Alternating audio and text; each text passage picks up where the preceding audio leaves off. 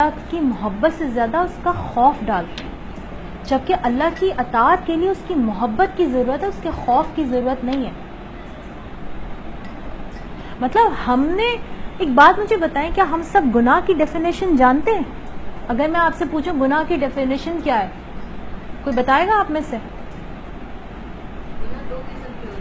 قسم نہیں، گناہ کی ڈیفینیشن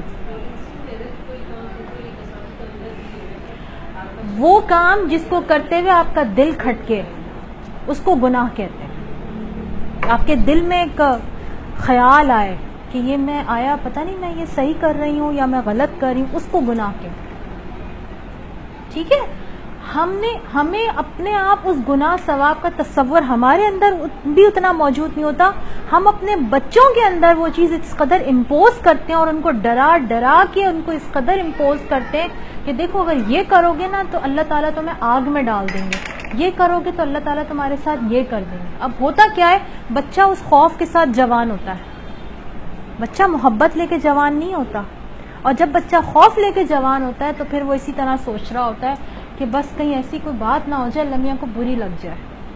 اچھا ویسے اللہ میاں کہنا نہیں چاہیے، اللہ تعالیٰ کہنا چاہیے، میرے منہ سے ہی بار بار نکل رہا ہے۔ تو کہنے کا مقصد یہ ہے کہ اپنے اندر محبت جگائیں، خوف نہیں۔ آپ خوف کے سہارے جنت میں نہیں جائیں گے، آپ اللہ کی محبت میں جو کام کریں گے نا اس کے سہارے اللہ تعالیٰ جنت دیں گے، اس کے بلبوتے پہ جنت ملے گی۔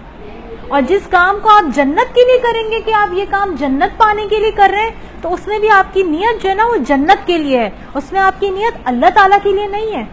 آپ نے اپنی نیت اللہ کے لیے فوکس کرنی ہے کہ میں یہ کام اللہ کو خوش کرنے کے لیے کر رہی ہوں، اس کی محبت پانے کے لیے کر رہی ہوں۔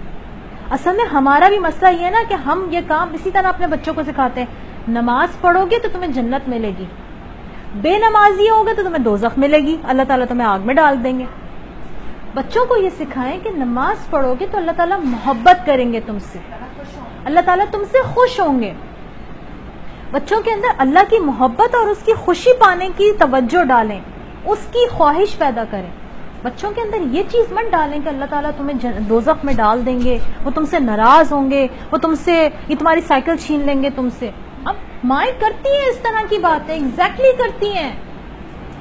تم نماز پڑھو گے نا میں تمہیں سائیکل دلواؤں گی، مطلب واٹ از دس؟ نماز پڑھو گے تو میں تمہارا مہینہ باندھ دوں گی، تمہارا 500 سے 1000 کر دوں گی۔ مطلب کیا ہے یہ؟ ہم بچوں کو لالچی بنا رہے ہیں۔ تو یہ تو لالچ ہے نا، نماز پڑھو گے تو یہ انعام ملے گا۔ ارے کیوں؟ وہ بات کریں جو بچے کے دل میں اترے، جو اس کے لیے بات کرنی آسان ہے، محبت ڈالیں۔ خوف کا اپوزٹ ہی محبت ہے۔ آپ جس سے محبت کرتے ہیں نا آپ اس کے قریب جاتے ہیں، آپ اس سے شیئرنگ کرتے ہیں، آپ اس کی کیئرنگ کرتے ہیں، آپ اس کے ساتھ انسیت بڑھاتے ہیں۔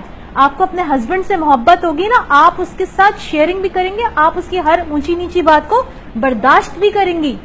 اور اگر محبت نہیں ہوگی، اگر وہ محبت کم ہو گئی ہے، اگر اس کی جگہ کوئی بغض ہے، نفرت آ رہی ہے، کسی قسم کی کوئی تکلیف ہے، کوئی ایسی بات ہے جو اس کے لیے دل میں آ گئی ہے، تو آپ کبھی بھی اس کے ساتھ محبت والا رویہ اختیار نہیں کر سکتے، کبھی نہیں کر سکتے۔ آپ اس کے لیے قربانی بھی نہیں دے سکتے۔ قربانی وہی عورت دیتی ہے جس کے دل میں محبت ہوتی ہے۔ جب محبت نہیں رہتی تو پھر اس رشتے کو ٹوٹنے میں بھی کوئی دقت نہیں ہوتی، کوئی وقت نہیں لگتا اس رشتے کو ٹوٹنے میں۔ تو کوشش کریں جن کے ساتھ رہتے ہیں ان کے ساتھ محبت کا معاملہ کریں، چاہے وہ شوہر ہو، چاہے وہ بچے ہوں، چاہے وہ سسرال کے لوگ ہوں۔ دیکھیں اگر محبت نہیں ہوگی نا تو ساتھ رہنا دشوار ہو جائے گا، ایک لمحہ ایک دن گزارنا دشوار ہے، پھر وہ ایک دن جو ہوتا ہے نا وہ پھر کاٹتا ہے، کاٹنے کے لائق ہوتا ہے وہ دن۔ آپ کچھ کہہ رہی نادرا؟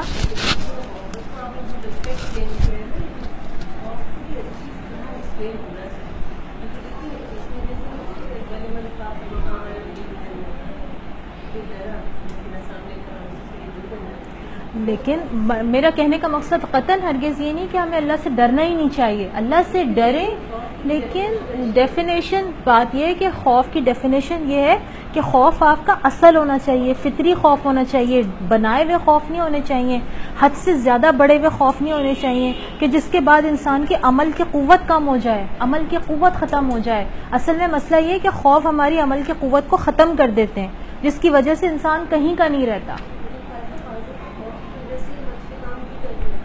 وہ اس کو بھی ہم آگے دیکھ رہے ہیں، اس کو بھی ہم آگے، ہم نے پڑھا نا اسی میں کہ خوف بھی فطری ہے اور ہونے چاہیے، کیونکہ یہ بعض اوقات آپ کی بقا کے لیے ضروری ہوتے ہیں۔ ٹھیک ہے، نیکسٹ پیج پر آ جائیں، پیج نمبر 52 پہ۔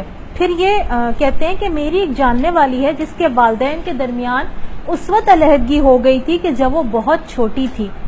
اس کے والدین ہر وقت اس کے سامنے لڑتے رہتے تھے۔ اب وہ لڑکی بڑی ہو گئی ہے لیکن شادی سے اس لیے کتراتی ہے کہ میں اپنے ماں باپ کی طرح اپنی ازدواجی زندگی برباد نہیں کرنا چاہتی۔ یہ خوف خطرناک ہے۔ اب اگر آپ شادی سے پہلے ہی طلاق کے بارے میں سوچنے لگیں تو کیا ہوگا؟ یہ خوف آپ کو معذور بنا کر رکھ دے گا، اور آپ کو اگر اسی طرح خوف رہنے لگا تو آپ زندگی کا لطف نہیں لے سکیں گے۔ بہت سے لوگ عام طور پر کچھ اس طرح کے خوفوں میں مبتلا رہتے ہیں۔ اگر میں فیل ہو گئی تو، اگر میں نے اتنی اچھی کارکردگی نہ دکھائی تو، اگر لوگ مجھ پر ہنسے تو، اگر میں اپنی کامیابی کے مقام کو برقرار نہ رکھ سکی تو، اگر میں ہمیشہ کی طرح اتنا اچھا کھانا نہ بنا سکی تو، اگر میں اپنے میاں کے دل سے اتر گئی تو، اگر میں یہ ہو گیا تو۔ اب یہ بہت سارے خوف ہیں، خوفوں کی تو ایک لائن ہے۔ تو یہ کہتے ہیں کہ ہمیں ہمارا فوکس اس چیز پہ ہونا چاہیے جو ہمارے پاس ہے، اور اس چیز پہ نہیں ہونا چاہیے جو ہمارے پاس نہیں ہے، اور جو چیز ابھی آئی نہیں ہے اس کے بارے میں بلا وجہ سوچ کے خود کو خوف میں مبتلا نہ کیا جائے۔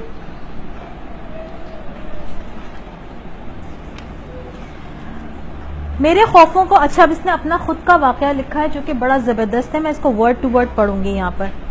میرے خوفوں کو پہلی بار تحریک میں بدلنے والی میرے اسکول کی ایک لڑکی لارا تھی۔ اس نے مجھ سے پوچھا کہ تم گھر پر کیسے اپنے کام کرتے ہو؟ میں نے جواب دیا، میرے امی ابو میرے کام کرتے ہیں، وہی مجھے نہلاتے ہیں، دھلاتے ہیں، کپڑے پہناتے ہیں، کھانا کھلاتے ہیں۔ وہ حیرانی سے بولی، اچھا، کیا اس میں تمہارا وقار مجروح نہیں ہوتا؟ کیا یہ عجیب بات نہیں کہ تم اپنے کام خود نہیں کرتے؟ وقار؟ میں سٹپٹا گیا۔ لارا کا مقصد یقیناً میرے احساسات کو ٹھیس پہنچانا نہیں تھا، لیکن اس نے ایک حساس موضوع چھیڑا تھا۔ میں پہلی بار یہ سوچ رہا تھا کہ کیا میں اپنے والدین اور بہن بھائی کے سہارے کے بغیر زندگی گزار سکتا ہوں؟ یہ ایک خوف بھی تھا کہ اگر ایسا ہو گیا تو کیا ہوگا۔ لیکن لارا کے اس سوال نے میرے خوف کو میری موٹیویشن میں تبدیل کرنے میں بڑا کردار ادا کیا۔ اب یہ کیا ہوا؟ اس کو بھی ایک خوف تھا، ٹھیک ہے، اس نے اپنے خوف کو کس طرح اپنی موٹیویشن بنایا۔ میں خاصی حد تک پر اعتماد تھا، لیکن مجھے یہ احساس ہونے لگا کہ میں بیشتر معاملات میں اپنے والدین اور اپنے بہن بھائی کی ہمدردی اور سہارے کی امید رکھتا ہوں۔ لیکن یعنی اب آپ دیکھیں، اس کو یہ امید تھی کہ میرے بیشتر معاملات میں میرے بہن بھائی اور میرے پیرنٹس جو کہ میری امیڈیٹ فیملی ہے وہ میرا سہارا بنیں گے۔ لیکن لارا کی گفتگو نے مجھے یہ فیصلہ کرنے کا حوصلہ دیا کہ مجھے کسی کی ہمدردی کی ضرورت نہیں ہے، کیونکہ مجھے خود اپنی زندگی گزارنی ہے، مجھے اپنی فیملی شروع کرنی ہے، اور مجھے بیوی چاہیے، لیکن میں اس طرح کے سہارے سے زندہ نہیں رہوں گا۔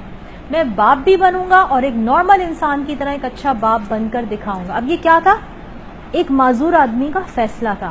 ذہن میں رکھیے، یہ بات ایک عام انسان نہیں کہہ رہا، یہ بات وہ انسان کہہ رہا ہے جس کی نہ ہاتھ ہے نہ ٹانگیں ہیں، کچھ نہیں ہے اس کے پاس، اس کا صرف دھڑ ہے، جو کہہ رہا ہے کہ میں شادی بھی کروں گا، میں باپ بھی بنوں گا، نہ صرف باپ نہیں بلکہ ایک اچھا باپ بن کے دکھاؤں گا۔ میں نے اپنی زندگی کو دوسروں کے سہارے سے اپنے سہارے لانے کا آغاز اپنے کپڑے خود بدلنے سے کیا۔ مکان کے الیکٹرانکس آئٹمز کے بٹن وغیرہ بند کرنے شروع کیے۔ میں نے یہ بھی سیکھا کہ سیکیورٹی الارم کیسے اپنے ناک سے میں بند کر سکتا ہوں۔ دوسروں پر خود انحصاری سے نکل کر اپنے پر انحصار کرنے سے میرے اندر اعتماد بڑھا، اور یوں میں نے اپنے خوف کو اپنی موٹیویشن کے لیے استعمال کیا۔ اور یہ سب کچھ میں نے اپنے کسی منفی جذبے کے تحت نہیں کیا، بلکہ اس عمل میں ہر لمحے کے اندر میرے اندر ایک مثبت توانائی پیدا ہوئی۔ کیوں اس کے اندر وہ مثبت توانائی پیدا ہوئی؟ اس کا ریزن صرف اور صرف یہ تھا کہ وہ ایک مثبت سوچ کے تحت کام کر رہا تھا. اس نے فیصلہ کیا کہ میں کسی کا سہارا نہیں لوں گا, میں کسی کی مدد نہیں لوں گا. اس کی اس سوچ نے اس کو اتنا موٹیویٹ کیا کہ وہ ہر طرح کے لوگوں کے سہارے سے نکل آیا. دیکھیں آپ, بعض خواتین کو بڑا خوف ہوتا ہے کہ نہیں فلاں ایریا میں گاڑی نہیں چلاؤں گی, وہاں بڑا رش ہوتا ہے. ٹھیک ہے, یہ چھوٹے چھوٹے سے خوف ہیں جن کو میں اس لیے یہاں پر بار بار تذکرہ کر رہی ہوں کہ ہو سکتا ہے کوئی خوف آپ کو لگے ہاں یہ خوف میرے اندر ہے, ہو سکتا ہے کسی کو لگے میرے اندر یہ بھی یہ خوف ہے. تو اپنے خوفوں کو پہچانیے. اگر آپ کو لکھتے وقت خیال نہیں آیا تھا کہ میرے اندر کیا خوف ہے, تو ہو سکتا ہے کہ میری مثال دینے سے آپ کو یہ یاد آئے کہ ہاں واقعی مجھے بھی تو ڈر لگتا ہے اس کام کو کرتے ہوئے.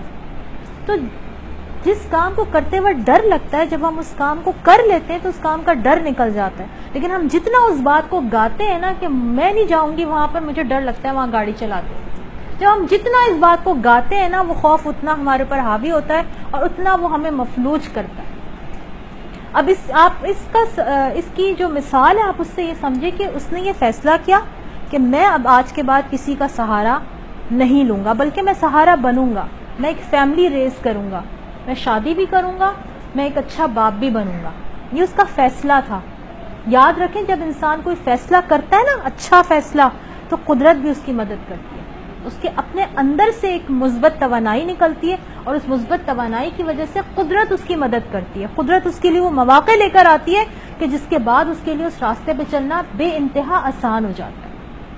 تو وہ چیز ہم سب کو اپنے اندر لے کر آنی ہے کہ ہمیں پہلے فیصلہ کرنا ہے. اب آپ سوچ رہے ہوں گے نا خوف خوف خوف, اس خوف کو نکالیں کیسے؟ اس خوف کو نکالنے کا طریقہ یہ کہ پہلے اپنے اندر فیصلہ کریں کہ کس بات کا ڈر, میں اب آج سے یہ کام ایسے کروں گی, میں آج سے یہ کام اس طرح کروں گی. میں اکیلے گھر میں بھی رہ سکتی ہوں, میں گاڑی چلا کے جا بھی سکتی ہوں. بعض خواتین کو گاڑی ریورس کرنے کا خوف ہوتا ہے جب وہ شروع گاڑی چلاتی ہیں. گاڑی پارک کرنے کا خوف ہوتا ہے جب وہ شروع گاڑی چلانا شروع کرتی ہیں. آپ کہیں میں کر سکتی ہوں, آئی کین ڈو اٹ. جب آپ یہ جملہ اپنے آپ سے کہہ کے وہ کام شروع کرتے ہیں تو وہ کام کرنا آپ کے لیے بہت آسان ہو جاتا ہے, نسبتاً آسان ہو جاتا ہے. بعض لوگوں کو 4 لوگوں میں گفتگو کرنے کا خوف ہوتا ہے. ان سے کہا جائے کہ چلا آئیں یہاں سیٹ پہ بیٹھے اور ذرا 4 منٹ کی گفتگو کریں تو ان کی ہوا نکل جاتی ہے. تو اس طرح کے جو خوف ہوتے ہیں ان کو جب تک آپ کریں گے نہیں نا, یہ خوف نکلیں گے نہیں. خوف کو نکالنے کا طریقہ یہی ہے کہ آپ گھس جائیں اس کام میں کہ آپ کر سکتی ہیں, اور جب آپ سوچیں گی کہ آپ کر سکتی ہیں تو آپ کر جائیں گے. پھر اللہ تعالیٰ کی مدد آتی ہے. دیکھیں اللہ کی مدد اس وقت آتی ہے جب پہلا قدم آپ بڑھائیں گی. اللہ بھی اس کی مدد کرتا ہے جو اپنی مدد خود کرتا ہے, ورنہ اللہ کی مدد نہیں آتی. کہتے ہوئے دل کانپتا ہے کہ اللہ کی مدد نہیں آتی. اللہ کسی پہ وہ وقت نہ لائے. اللہ سے ہم سب اس کی مدد کے طلبگار ہیں, ہم سب اس کے آگے محتاج ہیں. بس اس کی مدد مانگتے رہیں اور اپنی بے بسی کا دعویٰ کرتے رہیں, اپنی بے بسی کا احساس اپنے دل میں موجود رکھیں تو اللہ تعالیٰ یقیناً بہت مدد کرتے ہیں. چلیں ایک ویڈیو میں نے دکھانی, میرا موبائل مجھے دینا.